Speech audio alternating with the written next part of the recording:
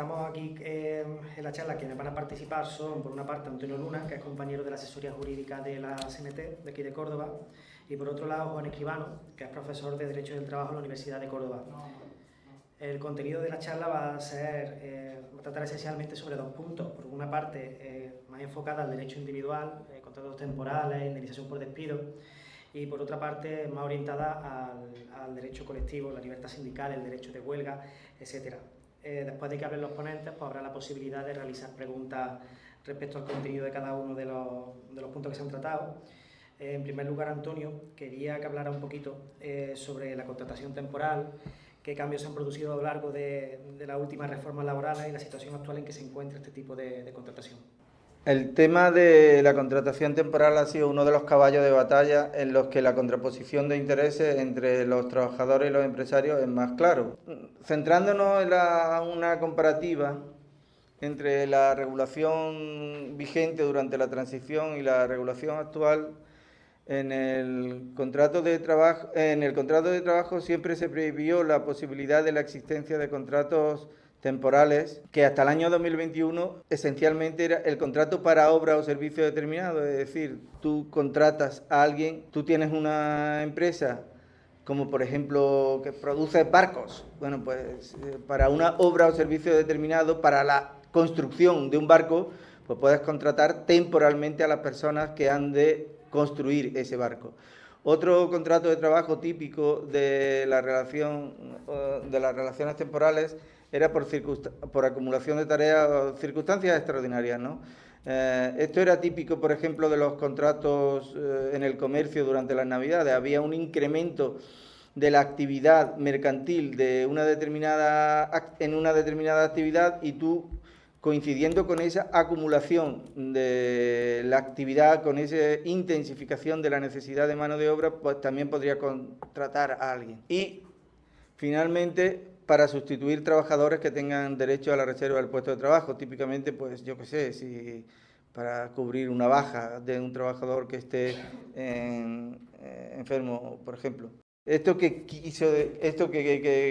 vino a suponer? Pues vino a suponer que a partir de ese momento ya cualquiera podría ser contratado con un contrato temporal y daba igual qué tipo de necesidades empresariales fueran las que vinieran a cubrirse.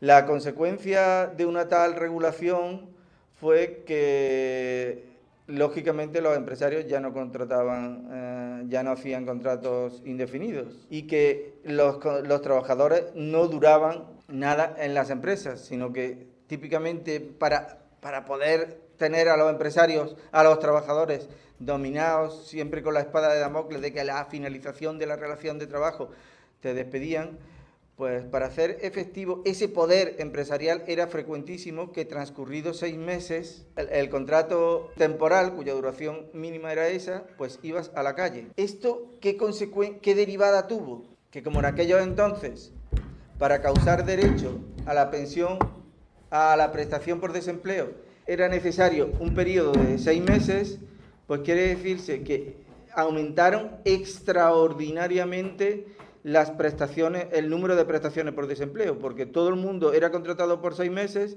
todo el mundo cuando se le terminaba el contrato de trabajo causaba derecho a una prestación por desempleo de 3 meses y aumentaron extraordinariamente los gastos en prestaciones por desempleo. Cuando terminaron los fastos de las Olimpiadas y de la Expo de Sevilla, y sobrevino la crisis económica de 1992, aumentaron exponencialmente el número de desempleados.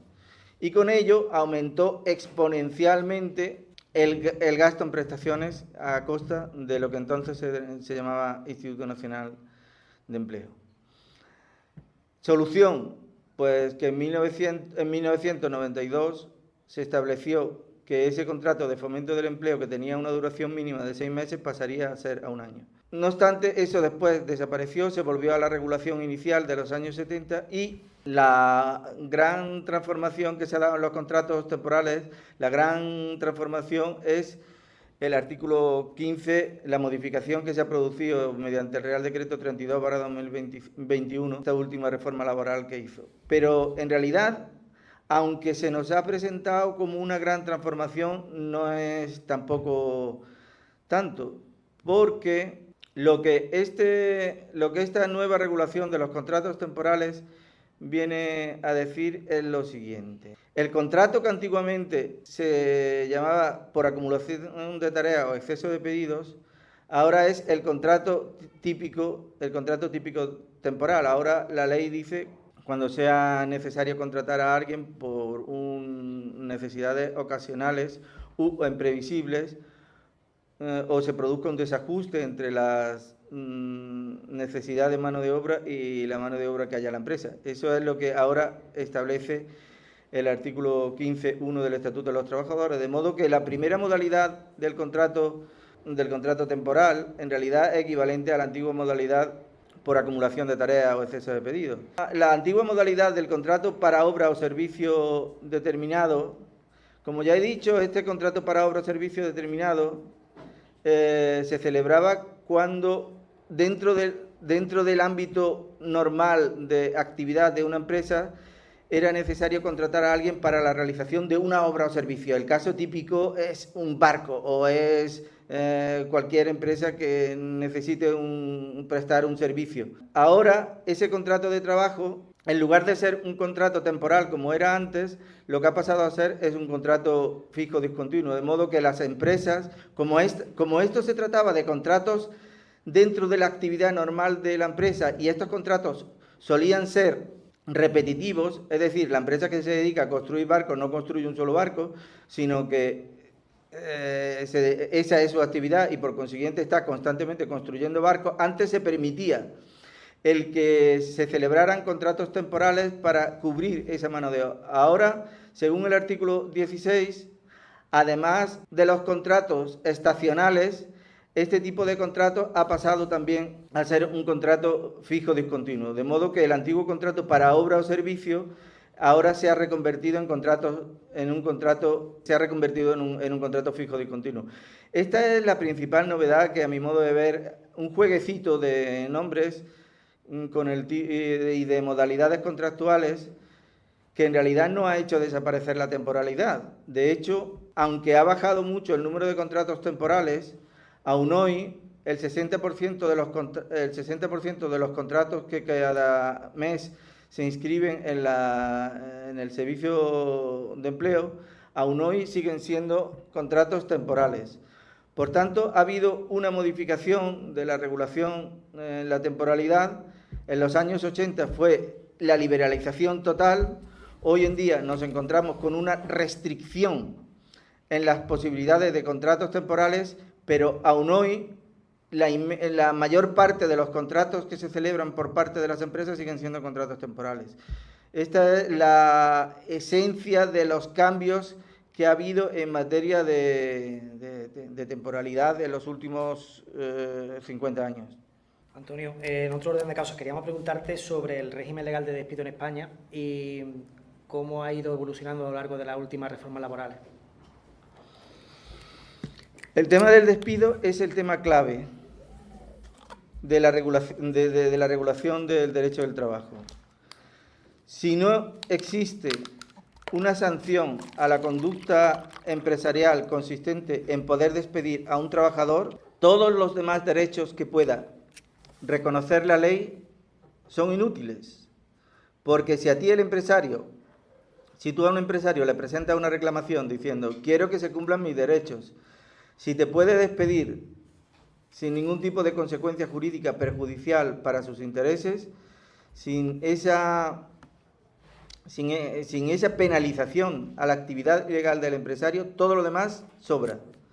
Por eso la regulación del despido es el tema esencial mediante el cual se protege al trabajador, penalizando la acción empresarial de despido.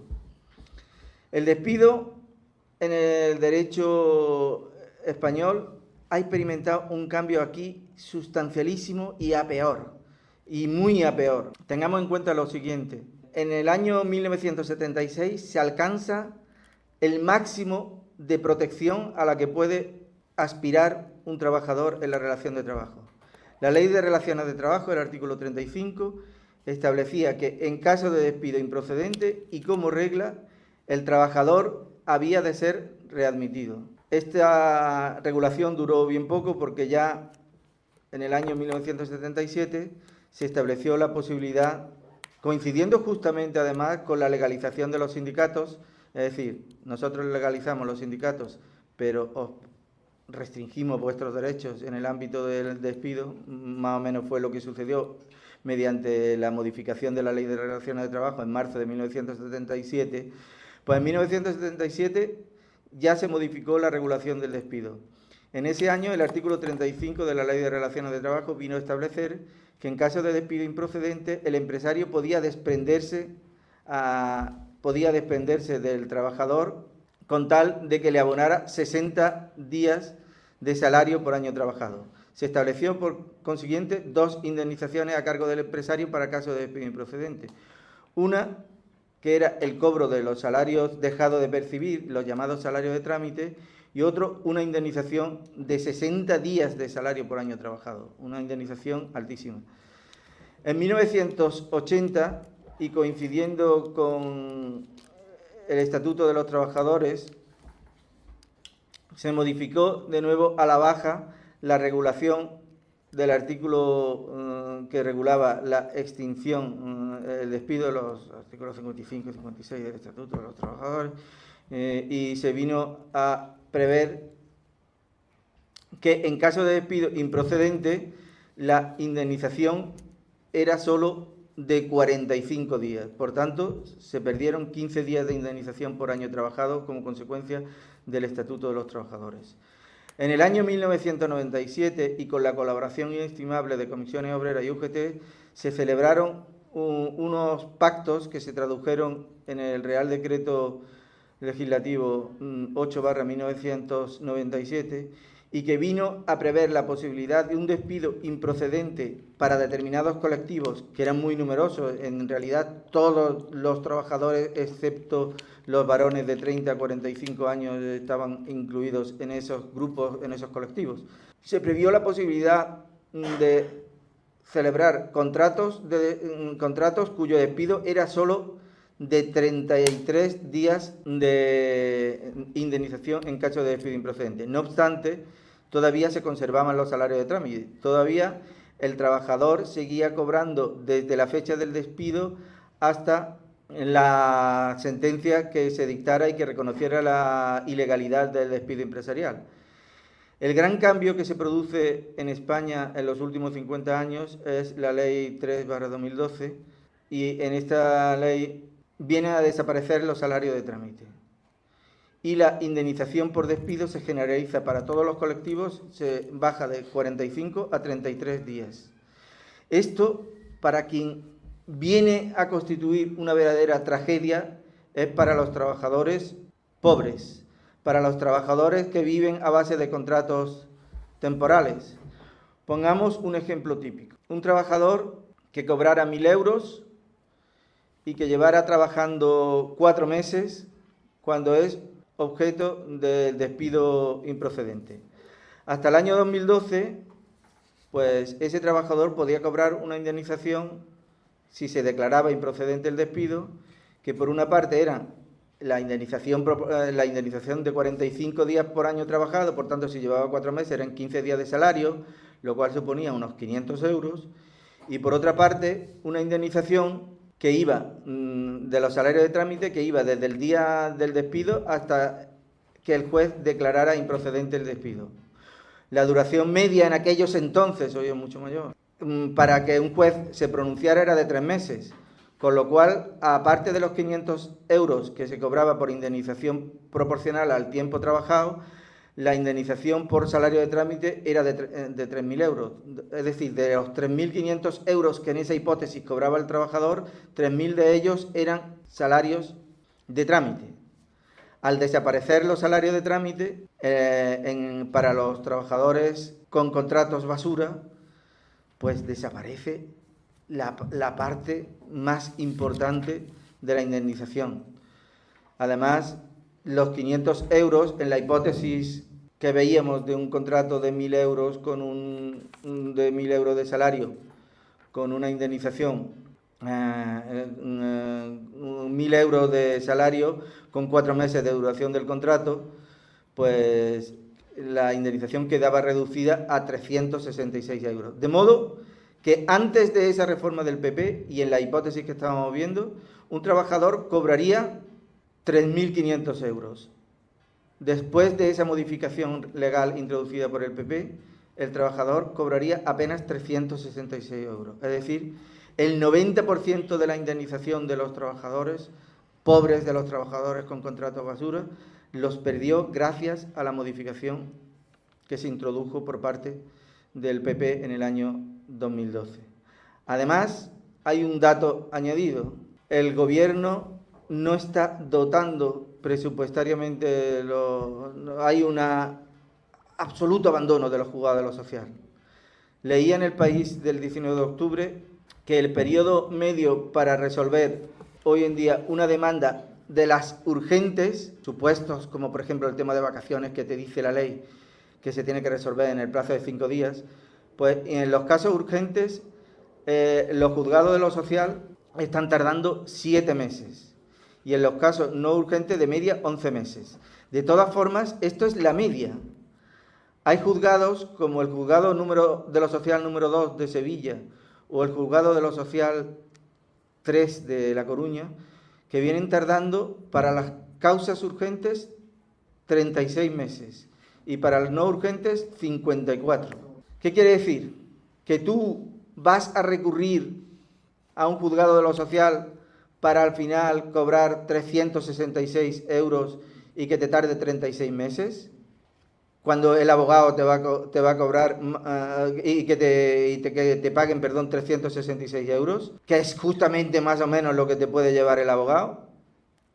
Es decir, prácticamente, digamos que las indemnizaciones, salvo que ya lleves trabajando un tiempo y ese contrato ya tenga de lugar a una indemnización un poco más crecida, las indemnizaciones para los despidos improcedentes han desaparecido. Lo cual quiere decir que los empresarios hoy en día tienen mano ancha para hacer y deshacer y esto permite que los trabajadores no pueden reivindicar.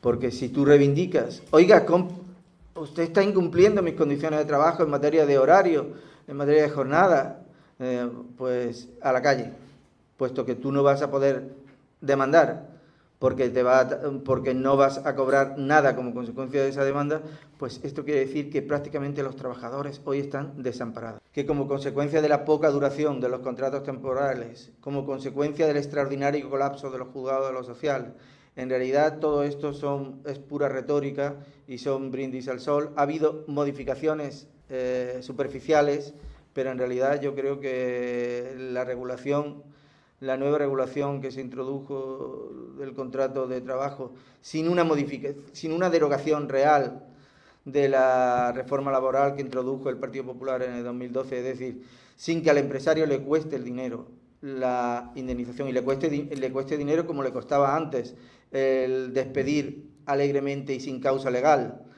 sin que eso se modifique, todo lo demás es pura rutina, o sea, es pura retórica. Estaba hablando antes de las modificaciones más significativas que ha sufrido la prestación por desempleo, pero quería también que comentase los aspectos más significativos en los que se ha visto modificada la prestación por jubilación a lo largo de la última reforma. Sí, una cuestión muy importante para todo trabajador es que cuando ya no puede trabajar más porque ya le llega la edad de jubilación, ¿cuál es la protección que el sistema ofrece? Aquí en este ámbito tan capital, puesto que significa una prestación que se va a disfrutar durante periodos del tiempo muy prolongados de la vida del trabajador, en este ámbito la regulación también es clave. Y en este ámbito también las modificaciones que se han producido en los últimos 50 años han sido sustanciales y siempre a peor. La Ley de Seguridad Social de 1974 eran necesarios 10 años para causar derecho a la prestación de jubilación, 10 años de cotización.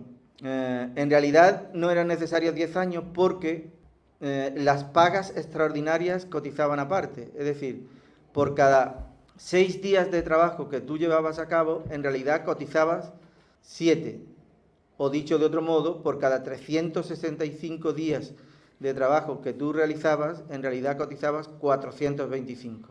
Por tanto, en realidad, esos 10 años necesarios en 1974 para causar derecho a la pensión de jubilación, en realidad eran menos de 9. En el año 1985, Felipe González modificó la regulación del contrato de la pensión de jubilación y estableció un periodo mínimo de 15 años para causar derecho a la pensión de jubilación. Es decir, que de un plumazo se elevó el periodo mínimo para causar derecho a la pensión, se elevó en un 50%. Finalmente, en el año 2007, Zapatero hizo una reforma que parecía, por cierto, también contando con comisiones y UGT, mediante la Ley 40/2007, hizo una reforma que parecía inocua y que resultó también importantísima porque aumentó también mucho el periodo necesario para causar derecho a la pensión de jubilación. Y es que, como ya he dicho, hasta el año 2007, la pensión de jubilación, en la cotización que tú realizabas, cada 365 días cotizados, en realidad cotizabas 425 porque cotizabas aparte las pagas extraordinarias. En ese año se eliminó esta fórmula de cómputo, de modo que cada día real de cotización de trabajo pasó a ser un día de cotización. Y de esta manera, al establecerse este pequeño cambio, ¿qué supuso? Que de 4.700 días que hasta entonces eran precisos para causar derecho a la pensión de jubilación, pues pasaron a ser necesarios 5.475. Es decir, se aumentó el periodo mínimo para causar el derecho en 775 días, en más de 2 años. Otra de los regalitos que nos dejó el muy progre señor Zapatero fue la elevación de la edad de jubilación mínima, que pasó de los 65 a los 67 años. Además, en este periodo de casi 50 años de historia social, otro de los cambios legislativos que han ido minando la cuantía de la pensión ha sido que está estadísticamente demostrado que los mejores años, cuando más altos salarios se cobran por parte del trabajador, es el periodo final de su vida laboral. De modo que si tú, desde la edad de jubilación hacia atrás, tienes en cuenta un periodo más largo para hacer la media, para averiguar la base de cotización y hacer desde ahí la media, pues esto quiere decir que mientras más alargues hacia atrás ese periodo, menos vas a cobrar. En el año 1974, ese periodo era de 2 años. En el año 1985, Felipe González, aparte de elevar de 10 a 15 años el periodo mínimo de cotización para causar el derecho, elevó de 2 a 8 años el periodo de cómputo. En 1997 ese periodo se elevó a 15 años y actualmente es de 25.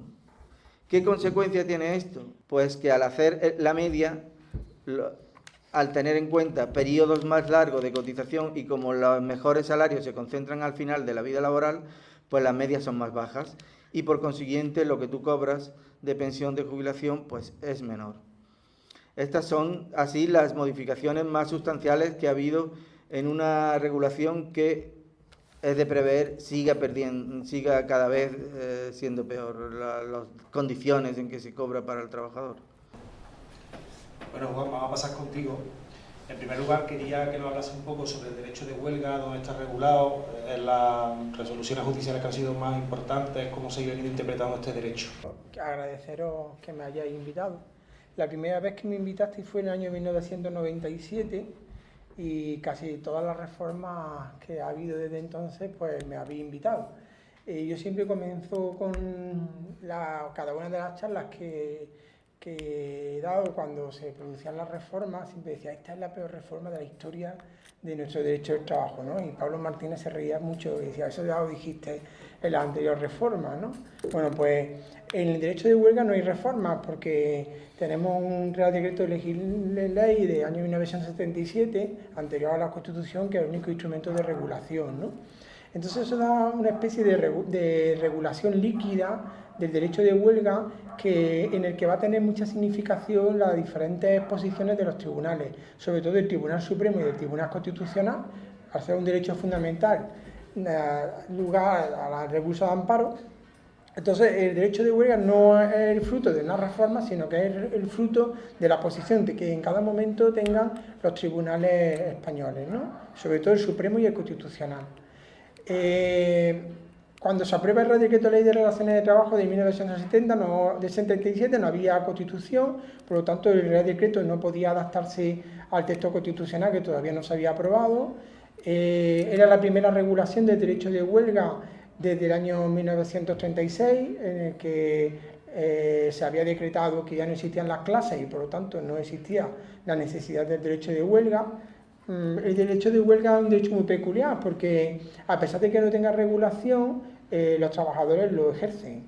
Y en el franquismo se vio claramente, ¿no? Se prohíbe en el 36, pero se producen las primeras huelgas a principios de la década de los 40, a pesar de que acudir a la huelga era un delito de lesa patria, con unas altísimas sanciones penales, ¿no? Bueno, pues en el año 77 se aprueba el Real Decreto Ley, que es un Real Decreto Ley bastante poco generoso a la hora de regular el derecho de huelga, pero bueno, era la primera regulación que existía. Cuando se aprueba la Constitución, el derecho de huelga se incorpora como derecho fundamental, en el máximo nivel posible. Fue, creo, la única concesión que se hace al Partido Comunista que estaba en la comisión parlamentaria elaborando la Constitución. Yo creo que prácticamente se puede decir que del texto constitucional esa es la única concesión. En el artículo 28, apartado segundo, se reconoce el derecho de huelga. Con lo que nos encontrábamos con un problema: los derechos fundamentales tienen que ser desarrollados por ley orgánica, y en el caso de nuestra regulación, pues no era ley orgánica, ni siquiera era una ley, era un Real Decreto Ley. Con lo que una de las primerísimas sentencias del Tribunal Constitucional, que es la sentencia 1181, la número 11 de toda la vida del Constitucional, resuelve la primera de las cuestiones que se le plantea es si el Real Decreto Ley de Relaciones de Trabajo de 77 es válido, ya que no cumple el mandato constitucional de que los derechos fundamentales tienen que estar desarrollados por ley orgánica. Bueno, la sentencia 1181, que tiene varias decenas de páginas, se convierte en la auténtica regulación del derecho de huelga. El derecho de huelga en España no está regulado por el Real Decreto Ley de Relaciones de Trabajo, sino que está regulado por la sentencia 1181, que viene a resolver pues las cuestiones más significativas, ¿no?, que plantea el Real Decreto. La primera, que no hay ley orgánica. Bueno, pues el Tribunal Constitucional lo resuelve a través de una interpretación muy generosa de las disposiciones derogatorias de la Constitución. Dice que como no existía mandato constitucional de que tenía que ser ley orgánica en el año 77, pues no tiene por qué anularse el no cumplir esa forma, ¿no? Sino que hay que comprobar si cada uno de los aspectos que se regulan en el Real Decreto Ley son o no compatibles, ¿no?, con el nuevo reconocimiento del derecho de huelga como derecho fundamental. Y en la ley, en esa sentencia 81, pues a lo largo de muchísimas páginas viene a interpretar el Real Decreto Ley. En algunas ocasiones deroga aspectos bastante importantes del Real Decreto Ley, en otras ocasiones hace interpretaciones contra lege, en el sentido contrario a la propia literalidad del precepto. Es decir, que el Real Decreto Ley queda prácticamente vaciado de contenido. Y ahí comienza pues algo que es una anomalía, ¿no?, de nuestro ordenamiento jurídico, y es que el derecho de huelga no tiene una regulación estable, sino que depende del arbur de los tribunales, sobre todo del Tribunal Constitucional, ¿no? ¿Eso qué ocurre? Pues que si eso es algo que de todas maneras ocurre en el ordenamiento jurídico donde tienen ley de huelga. En el derecho francés ocurre prácticamente lo mismo. También los tribunales determinan de manera muy intensa cuál es el contenido del derecho fundamental. Pero aquí todavía más porque no tenemos una regulación real, ¿no? Bueno, pues como consecuencia de esa regulación líquida que va a depender de los tribunales, podemos ver una cierta tendencia, ¿no? A pesar de que la mayoría de los tribunales constitucionales desde el año 81 han ido cambiando, pero sí que se detecta una tendencia, ¿no? una evolución en cómo el Tribunal Constitucional dota de contenido más o menos amplio al derecho fundamental de huelga. Durante toda la década de los 80, un poco siguiendo la sentencia 881, que había sido una sentencia que decía cosas muy importantes, ¿no? Como por ejemplo que en el marco de un derecho de huelga los trabajadores tienen derecho a ocasionar un perjuicio para la empresa. Es decir, algo que sería actualmente inconcebible, lo decía la semana pasada Alba, ¿no? Que el derecho de huelga no se trata simplemente de que los trabajadores dejen de ir a trabajar. Según esa sentencia, consiste en que se genere un perjuicio a la empresa. Es decir, que acepta que el derecho de huelga es un instrumento de reequilibrio de las posiciones profundamente desiguales desde el punto de vista económico que tienen trabajadores y empresarios. La única manera de reequilibrar eso es ocasionando un perjuicio al empresario que le obligue a negociar. Esto lo dice la sentencia expresamente, ¿no? Bueno, pues a lo largo de toda la década de los 80, como consecuencia de esa primera sentencia, el reconocimiento del derecho de huelga es bastante generoso por parte del Tribunal Constitucional. Por ejemplo, reconoce a los piquetes como contenido esencial del derecho de huelga, algo que ha favorecido, ¿no?, sobre todo a las huelgas generales, el hecho de que al piquete se le considere como contenido esencial del derecho de huelga, pues da bastante garantía a los trabajadores que acuden de manera activa a las huelgas, ¿no? Es decir que ahí es bastante, digamos que amplía el contenido. Y otra cosa que también es bastante importante es el tema del esquirolaje. En el Real Decreto de Ley de Relaciones de Trabajo hace referencia en exclusiva al esquirolaje interno, al esquirolaje externo, es decir, a contratar directamente a trabajadores para sustituir a trabajadores huelguistas. Eso estaba en el Real Decreto prohibido, pero la jurisprudencia del Tribunal Constitucional amplía considerablemente el concepto de esquirolaje. Dice que no solo son esquiroles y están prohibidos aquellos que son contratados expresamente para sustituir a trabajadores huelguistas, sino también a aquellos que desempeñan funciones distintas a las que se le asignan funciones distintas a las que tradicionalmente realizaban para minimizar los efectos de la huelga, ¿no? Eso es el típico de los directivos de una empresa, que no realizan ningún tipo de trabajo no especializado, en el marco de una huelga empiezan a realizar el trabajo de esos trabajadores. Lo sustituyen, no hay una sustitución de contratando nuevos trabajadores, sino que simplemente modificando las funciones que normalmente desempeñan, pues anulan la eficacia y la efectividad de la huelga, ¿no? Pues eso también lo prohíbe. Incluso da más pasos, ¿no? Por ejemplo, el esquirolaje tecnológico. Utilizar medios técnicos para sustituir a los trabajadores, ¿no? Sobre todo en sectores muy tecnificados, pues eso era fácil. Por ejemplo, en una televisión se le da al piloto automático y durante un día emite programas que estaban ya grabados, ¿no? Pues también el tribunal entiende que eso también. O, por ejemplo, el esquirolaje comercial, es decir, una empresa a la que todos sus trabajadores van en huelga, sustituye la parte de la producción que se ha visto anulada porque los trabajadores están en huelga, haciendo una contrata, ¿no? Eso también está prohibido. Es decir, cosas que en el Real Decreto no aparecían. Es decir, que durante casi 10 o 20 años el Tribunal Constitucional ampliaba derechos. No siempre, pero bueno, sí. O por ejemplo, en el tema de la ponderación de derechos. Por ejemplo, el delito de desobediencia en el marco de una huelga no se establece de la misma manera que cuando no la hay. Es decir, la huelga modula otros derechos. Lo que el Tribunal Constitucional habla de la ponderación de sacrificios. El derecho de huelga no puede quedar anulado como consecuencia de otros mandatos jurídicos externos, sino que se establecen reequilibrios entre ellos, ¿no? Es decir, todo esto a lo mejor parece un poco técnico, pero que amplió y fue muy interesante como un derecho que no estaba regulado iba dotándose de un contenido mucho más amplio que el que preveía un Real Decreto Ley que era preconstitucional. Pero esto quiebra.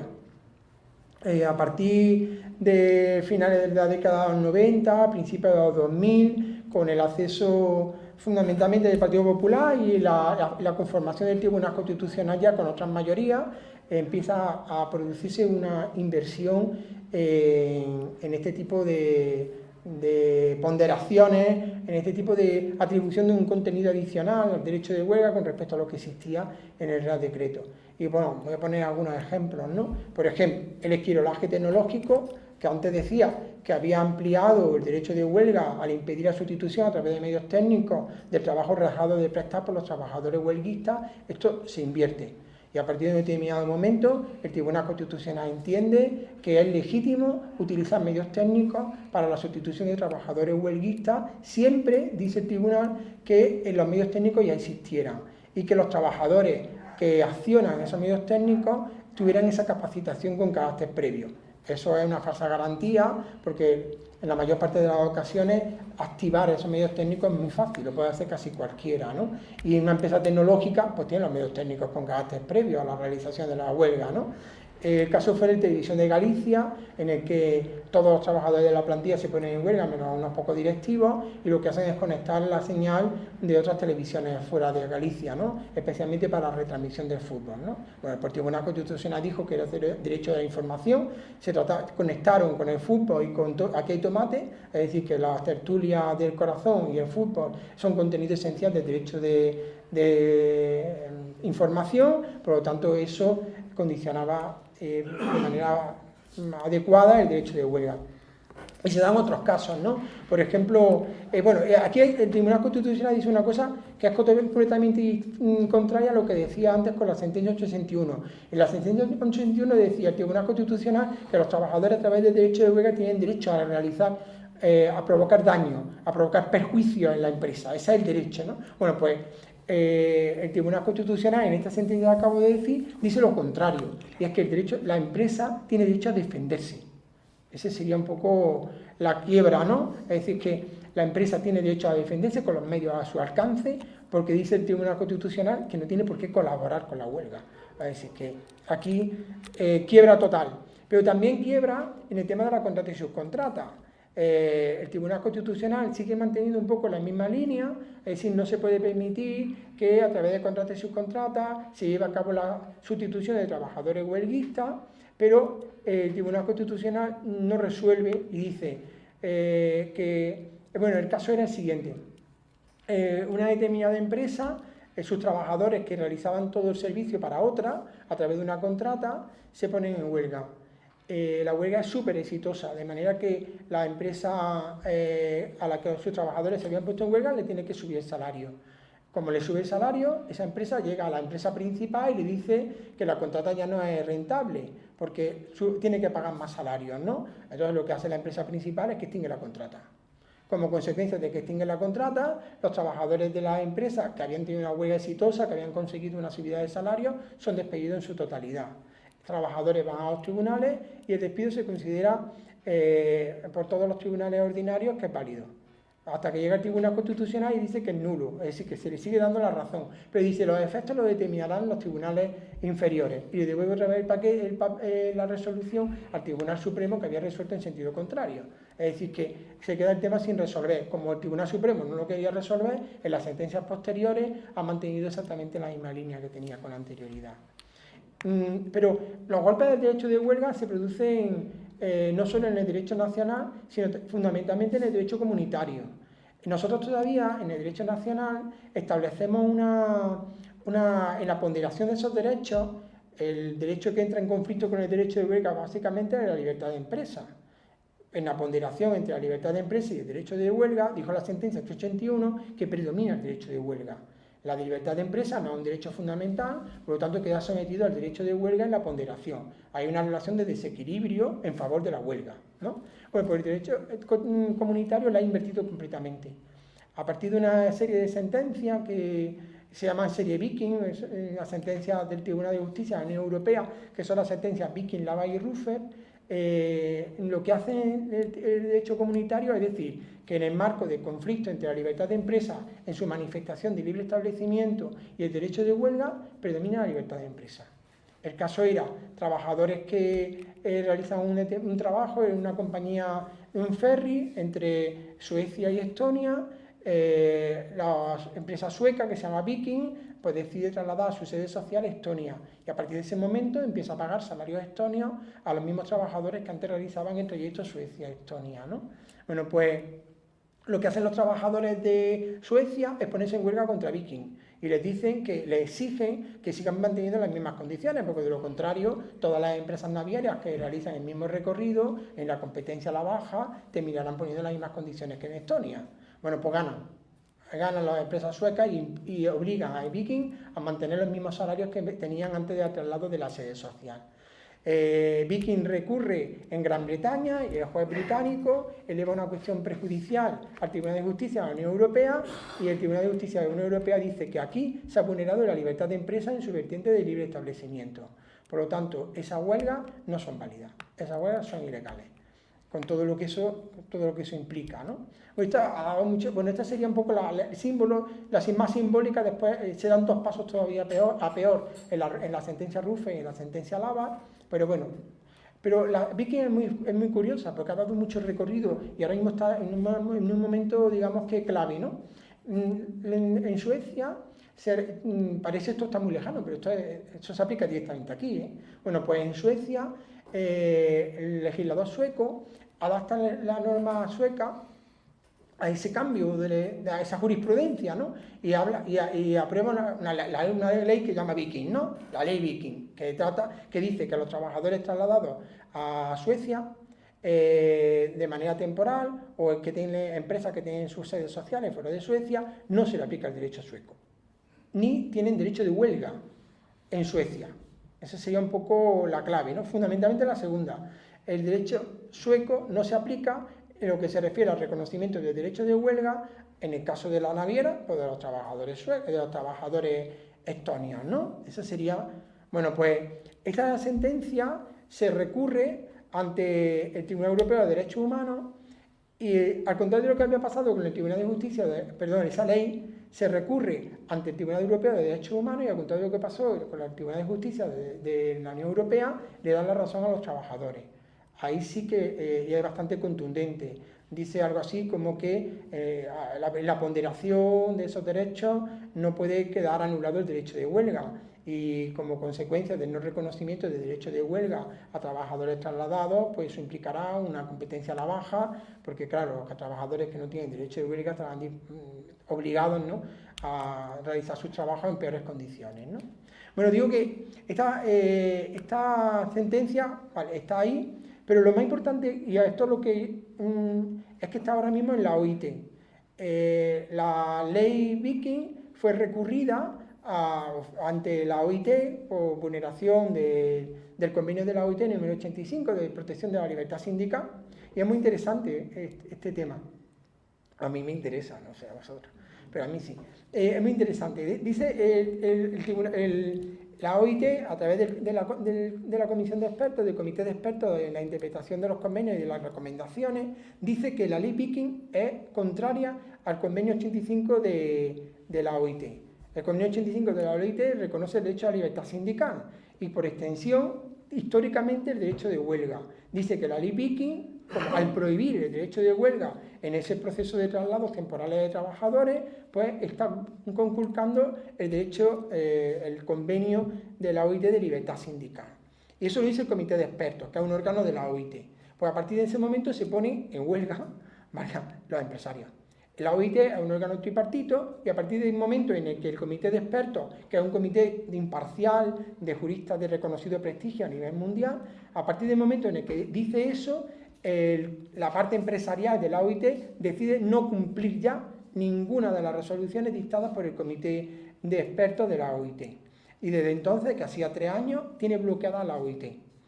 Como consecuencia de ese bloqueo, lo que ha hecho el Consejo de Administración de la OIT es requerir al director general que eleve una cuestión por primera vez en los últimos 80 años a la Corte Internacional de Justicia, que es un órgano también de las Naciones Unidas. Y en eso está, advirtiendo la parte empresarial que no aceptará una resolución de la Corte Internacional de Justicia que implique el reconocimiento del derecho de huelga como parte de la libertad sindical reconocida en el convenio. Es decir, que independientemente de cuál sea la resolución, ¿qué pasaba aquí? Pues que en la práctica lo que está ocurriendo es que la OIT ya no reconoce el derecho de huelga. con lo que todo eso implica de países por donde esto no existía este derecho, ¿no? Bueno, esto es un poco recorrido. Conclusión, si hoy en día, en el año 2024, se aprobara la Constitución, el derecho de huelga no sería un derecho fundamental, no estaría en el artículo 28, apartado primero. Esto le ha ocasionado muchos problemas al Estado y esto ha tenido que llevar a cabo una jurisprudencia, como he dicho, en ese sentido. Hasta tal punto es así, lo que acabo de decir, que Comisiones Obreras y UGT decidieron no recurrir en amparo durante el tiempo en el que el Tribunal Constitucional estuvo presidido por Francisco Pérez de los Cobos. No recurrir. De hecho, a partir de ese momento las sentencias que llegan al Tribunal Constitucional son bastante pocas. Porque se me ha olvidado decir una cosa, y es con respecto a las responsabilidades penales y civiles de acudir a la huelga. Y eso es bastante grave, ¿no? La compañera que estuvo aquí la semana pasada vimos que estaba diciendo el Tribunal Supremo, pero es que el Tribunal Constitucional, en una sentencia muy famosa de una huelga general, dijo que los piquetes tienen responsabilidad civil extracontractual por el lucro cesante de los daños ocasionados en una empresa que como consecuencia de la acción del piquete cerró. La indemnización fue pequeña, pero ahí está, ¿no? Y la imputación de esas responsabilidades recayó sobre la persona que llevaba el megáfono, porque según el Tribunal Constitucional era evidente que era el líder. Es decir, que es una sentencia de un profundo contenido y rigor jurídico. Antes queríamos preguntar también sobre, en materia de negociación colectiva, las modificaciones que se han realizado tras la última reforma laboral del año 2021, los artículos 84 y siguientes del Estatuto relacionados con la ultraactividad y la prevalencia del convenio sectorial sobre la empresa. Voy a hacer una evolución un poco a largo de la década de los 80 hasta esta parte, ¿no? Porque como esto de lo que se trata un poco de que veamos hasta dónde hemos llegado como consecuencia de toda la evolución, se llama más interesante, ¿no? ¿Por qué existe la negociación colectiva, ¿no? Esa sería la primera pregunta, ¿no? Aunque los titulares de la negociación colectiva en nuestro país están muy condicionados a la presentación a las elecciones sindicales, ¿no? O sea, vosotros, como no sé si habéis alguna vez negociado alguno, pero solo podéis negociar convenios colectivos extraestatutarios porque no cumplís los requisitos de legitimación que aparecen en el estatuto, ¿no? Bueno, digo que a pesar de que está muy condicionado, la negociación colectiva existe porque es una manera de compensar el desequilibrio contractual que existe entre trabajadores y empresarios. Si el trabajador y el empresario negociaran de manera individual las condiciones de trabajo, pues impondría el empresario que tiene un poder económico sobre el trabajador, ¿no? Como consecuencia de eso surge la necesidad de la negociación colectiva como un instrumento de compensación de eso. En teoría, ¿eso qué significa? Pues que a través de la negociación colectiva vamos a conseguir mejores condiciones que las establecidas en el contrato. Eso sería la lógica, ¿no? Digo, todo esto ya veremos cómo no es exactamente así, cómo se ha pretendido que no sea así. Pero para que eso ocurra, ¿qué es necesario? Para que eso ocurra es necesario que los trabajadores y las trabajadoras se encuentren en una posición de negociación fuerte. Es decir, el contrato no sirve. Lo que compensa el desequilibrio es la negociación colectiva. ¿Cómo conseguimos que ese desequilibrio quede compensado? Pues creando una negociación colectiva fuerte. Para eso se necesitan varias cosas. La primera, que si no puedes negociar, tengas el respaldo de una ley que existe y que establece unos mínimos para el caso de que no consigas negociar. Es decir, si existe poca capacidad negociadora, que en muchas empresas ocurre, si no consigues alcanzar los niveles de derechos que consideran mínimos, ¿no? Pues existe una ley que se aplique en defecto de convenio. Eso sería un poco la lógica, ¿no? Pues a partir de la década de los 90 cambia completamente el tema. Lo que se dice es que lo que hace la ley es desaparecer muchas cuestiones que hasta ese momento habían estado reguladas por la ley y que el espacio del convenio colectivo era la ampliación de derechos, desaparece. La ley otorga al convenio colectivo la capacidad para la negociación de importantísimas cuestiones que hasta ese momento solo podían ser negociadas para aumentar. Se elimina la ley, desaparece la ley y el convenio colectivo puede aumentar o no con respecto a lo que existía antes, ¿no? No existen mínimos. Lo que nosotros hablamos es de que cambia la lógica de una negociación colectiva pensada para ampliar derechos a una negociación colectiva que se le deja completamente libre para ampliar o reducir derechos. De manera que esa lógica que decíamos del convenio colectivo como compensador de desequilibrio económico se traslada al convenio colectivo. El convenio colectivo, como consecuencia de una serie de mecanismos que van siendo implementados a través de las diferentes reformas, pues se queda tan débil que ya no se consigue ese reequilibrio que supone el convenio colectivo, ¿no? Esa sería un poco la lógica. ¿Cuál es el momento básico, fundamental? El año 1994. Ahí el convenio colectivo, la ley desaparece y lo que antiguamente era el convenio colectivo como objetivo de aumento de derechos también desaparece. A partir de ese momento el convenio colectivo adquiere el protagonismo fundamental en la regulación de las condiciones de trabajo, ¿no? Pero para que eso tenga efecto real, ¿no?, necesitamos introducir otras reformas, ¿no? Fundamentalmente, ¿cuáles son? Pues fundamentalmente una de las que me comentaba el compañero, el de la eliminación de la ultraactividad, y otra, la descentralización de la negociación colectiva. Cuanto más bajo esté el centro de imputación, de legitimidad para la negociación de los convenios, es decir, cuanto más abajo cuanto más reducido sea el ámbito de aplicación del convenio, menos capacidad tienen los trabajadores para negociar buenos convenios. Cuanto más lo elevamos, pues mejor, ¿no? Y lo que se hace es un proceso de descentralización brutal de la negociación colectiva, que se intenta en el año 94, pero la negociación colectiva tiene su lógica y no se consigue, con lo que en el año 2010 es el golpe de gracia, se potencia de manera ya abierta el convenio colectivo de empresa. Y la inaplicación de los convenios colectivos sería otro de los instrumentos, ¿no?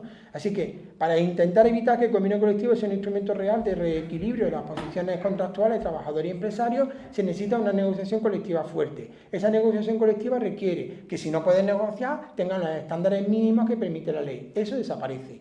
En segundo lugar, necesitamos que los negociadores sean fuertes. ¿Cómo se evita que los negociadores sean fuertes? Descentralizando la negociación colectiva e introduciendo algunos mecanismos que desestabilizan, que hacen lo que en el lenguaje de ellos flexible la negociación. Por ejemplo, la eliminación de la ultraactividad y facilitar la inaplicación de los convenios colectivos. Esos serían los tres instrumentos, ¿no? Bueno, ¿cómo se ha producido? Por ejemplo, la descentralización productiva, la descentralización negocial.